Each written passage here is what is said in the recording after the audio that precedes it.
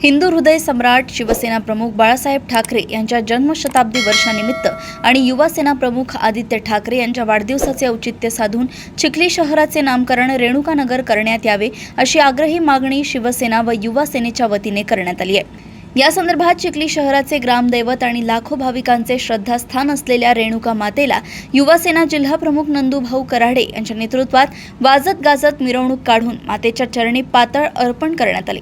या धार्मिक कार्यक्रमानंतर ही मिरवणूक चिखली नगरपालिकेकडे प्रस्थान झाली। तिथे उपस्थित नगर परिषदेच्या उपाध्यक्ष वैशालीताई कपिल खेडेकर यांना चिखली शहराचे नाव बदलून ते रेणुकानगर करावे या मागणीचे अधिकृत निवेदन सुपूर्द करण्यात आले। निवेदनात नमूद करण्यात आले की चिखली शहराची संपूर्ण महाराष्ट्रात रेणुकानगर म्हणूनच एक वेगळी ओळख आहे। येथील रेणुका माता नवसाला पावणारी देवी म्हणून प्रसिद्ध असून चैत्र पौर्णिमेला निघणाऱ्या ऐतिहासिक वहन मिरवणुकीत सर्व धर्मीय नागरिक मोठ्या संख्येने आणि श्रद्धेने सहभागी होतात।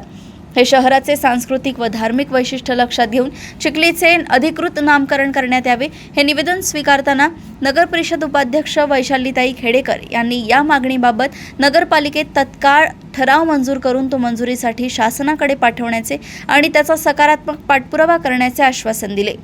चिखली शहराचे नामकरण रेणुकानगर झाल्यानंतर युवा सेना प्रमुख आदित्य ठाकरे स्वतः चिखली शहराला भेट देऊन मातेच्या चरणी पातळ अर्पण करणार असल्याचे जिल्हा प्रमुख नंदू कराडे यांनी सांगितले।